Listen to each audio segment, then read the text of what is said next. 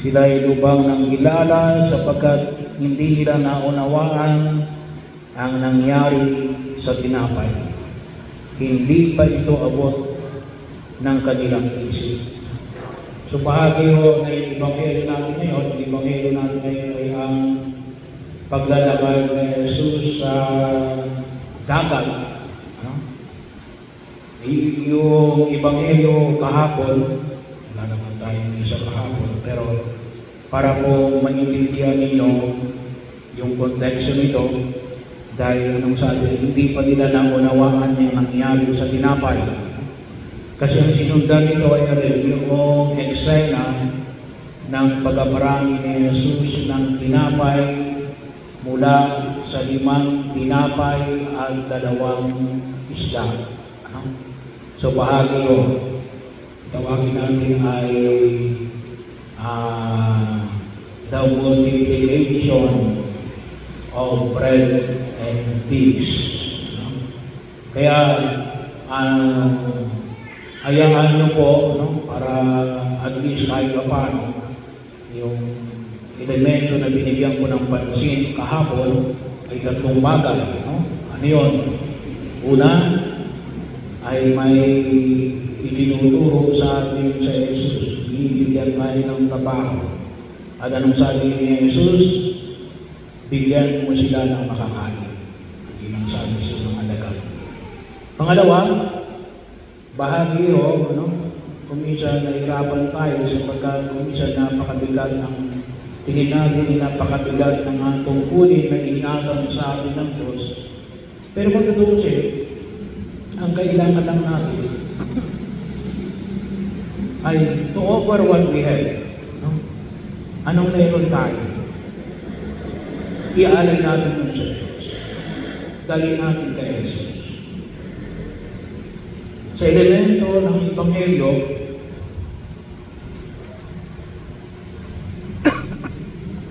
ay 5 tinapay at 2 isda. Para saan? Sa 5,000 lalaki. Hindi pa doon kasama ang babae at ang mga bata. So medyo mabigat. Mahirap magtakain ng ganong karaming tao. Ewan ko lang kung kayo nakapagtakain ng ganong karaming tao. Pero sabi nga natin, kuminsan tayo ay nagugulantang tayo sa trabaho na pinagkakanood sa atin. Pero sabi nga, anong meron sa atin? Yun ang ialay natin sa Diyos. Yun ang gamitin natin. We have to use the resources we have. Marami man yan ang kakauti.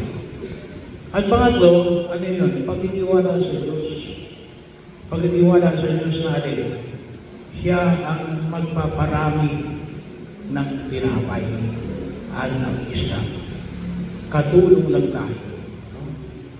We participate in His Word. So ito yung tatlong ito. Para at least kayo paano maintindihan natin yung Ebanghelyo ngayon sa araw na ito. Ang bahagi o na kung saan yung panyaya na ipinabamanig sa atin ng pumumi kapanalig. Well, sabi nga, ipinauna ni Jesus ang kanyang mga alagad. Bakit?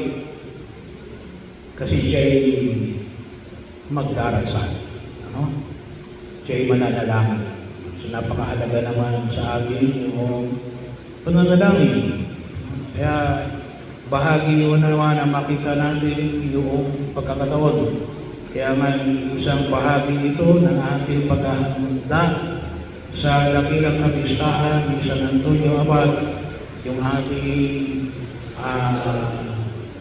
pagdarasal ng binaryo at saka yung misa ng binaryo na ginagawa natin ngayon. Napakahalaga po ang ginagawa ng panalangin. Kaya alam natin na ito ay napakahalagang aspeto ng pagkilos natin sa daigdig na ito. Palagi yung pagtitibayin tayo ng panalangin. At para kay Jesus, hindi lang para sa Kanya, ngunit para sa Kanyang mga alagad. Pangalawa, makikita ko natin na nakita ni Jesus na ang kanyang mga alagad ay nagsasagwan at nahihirapan sila sa pagsagwan. Bakit? Kasi sila ay tawag dito, sumasagwan ng alin? Ng against the wind. Ano? Hindi sumasang-ayon sa kanila ang hangin. Hindi sumasang-ayon sa kanila yung kalikasan. Alam niyo kung minsan itong panahon natin sa digdig na ito, ngayong panahon na ito, no? Na ang tao ngayon parang mas madali panghinaan ng loob, no? Bakit? Kasi nasanay tayo sa komportableng buhay. No? Yung mga lolo, lola, no? Ewan ko lang kung inabot ninyo na gumigiling, na kayo ay nagsusunog ng bigas at gumigiling ng bigas para magkaroon ng kape. No? Sino ba nakaabot sa inyo noon? Taas ng kamay? Wala na, nakaabot pa. No? So, ngayon, hindi na no? Hindi nila alam yun. Mga kabataan, hindi nila alam nila ngayon yun. Ang alam lang nila yun, magpainit ng tubig. Tinatamad pa. No? Pagpapainit ka ng tubig, no? Mag-aaway pa yung magkakapatid, magpapainit lang ng tubig at ipupor lang yung kabirasong kape. No? 3-in-1 pa ngayon. No? Bahagi yun. Huwag natin kalimutan na sana yung ating pananampalataya sa pananampalataya at magpalakas sa atin kahit na tayo ay hindi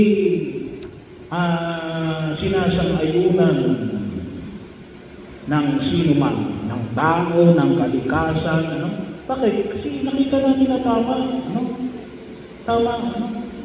Kasi bahagi mo yun, kahit na tayo nag-iisa, kahit na isa lumat sa hangin. Kasi yun ang ating pananampalataya, yung pananampalataya natin.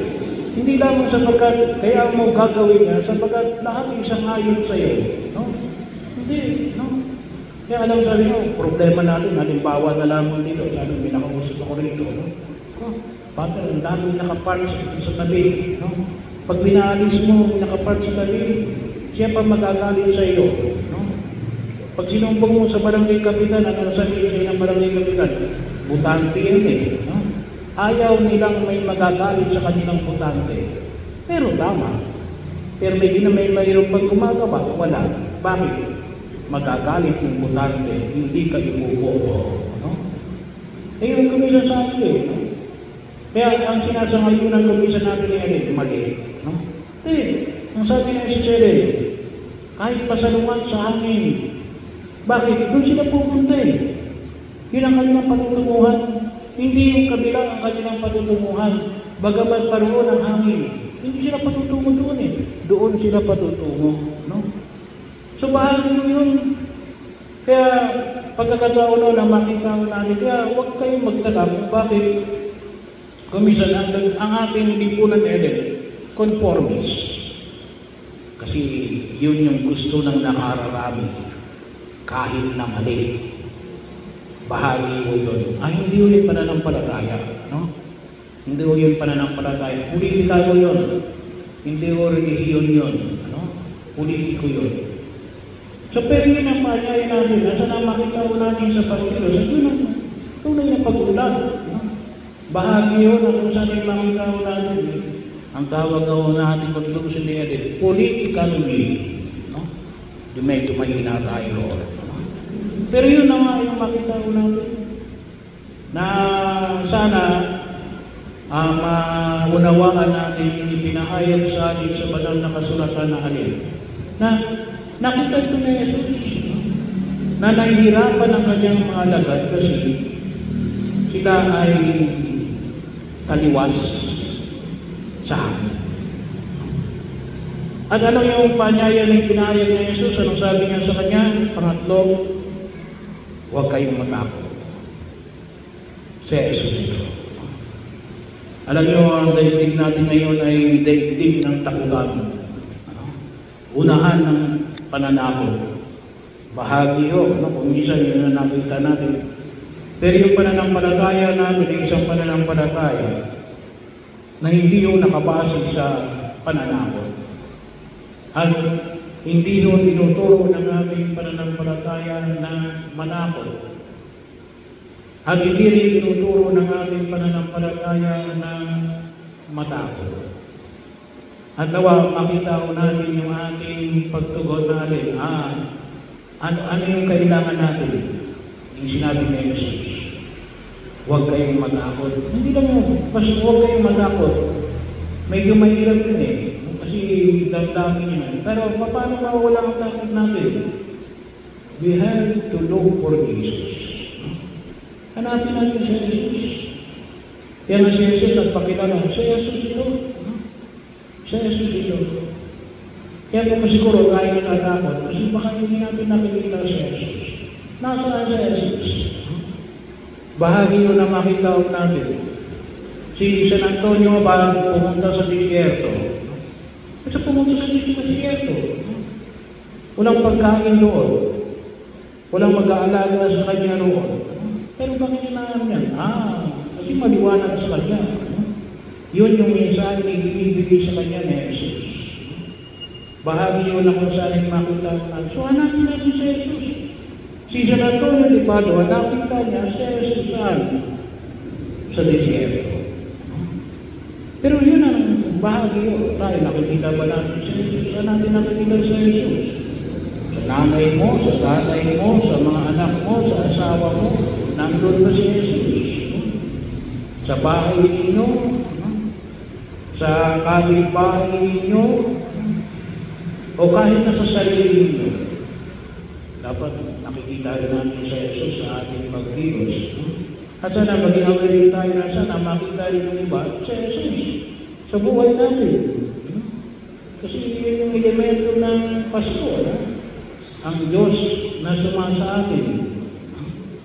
At yun po, yun ang magbibigay sa atin ng lakas kapag nakita natin si Jesus. Hindi naman sinasabi ng Jesus na hindi na kayo matatakot. Bahagi yun ang pagkilos natin sa daigdig na ito na hindi palagi yung takot, may mananakot, no? Bahagi mo yun ang kung saan. Hindi ko minsan nararanasan natin na alin. Tayo'y daranas ng takot. Pero mapagkalabanan lamang natin yan. No? Paano? Hanapin natin si Jesus. Kapag nakita natin si Jesus, maintindihan natin yung paanyaya na ipinahayag na Jesus sa Ebanghelyo ngayon sa araw na ito.